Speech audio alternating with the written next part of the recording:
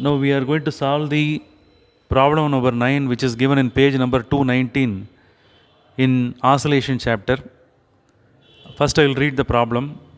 An ideal spring of spring constant K is suspended from the ceiling of a room and a block of mass M is fastened to the lower end.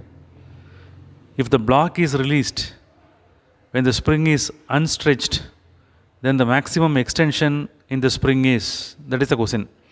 I will explain with the help of the diagram. Look at here. Here one mass is attached with the spring and it is fastened. Okay, so at that time the velocity of the mass is 0. It is not oscillating, velocity is 0. If it is released, it comes to the new position B from A to B. So after releasing, it comes to the new position, there also it is at rest. Therefore, at B position also velocity is 0. Here the spring is extended up to certain extent. This is the extension of the spring, that is x. Here the energy, total energy at A of the system and the total energy of the system at B both are equal as per the law of conservation of energy. So total energy at A is equal to total energy at B. So total energy at A is a sum of two things. One is gravitational potential energy at A and kinetic energy at A. This is equal to the sum of elastic potential energy at B and kinetic energy at B.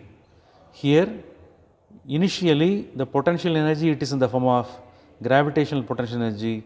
After releasing, when it comes to the new position B, the energy is converted in the form of elastic potential energy. So in both A and B, since the velocity is 0, kinetic energy is also 0. So since V is 0, we can write it as half mv square is 0 at both A and B position. So the remaining thing is gravitational potential energy can be written as mgx and elastic potential energy can be written as half k x square. So these are all the formula to measure the gravitational potential energy and elastic potential energy. Now we can equate these two. So the loss of gravitational potential energy is converted into the gain of elastic potential energy. That is the important thing.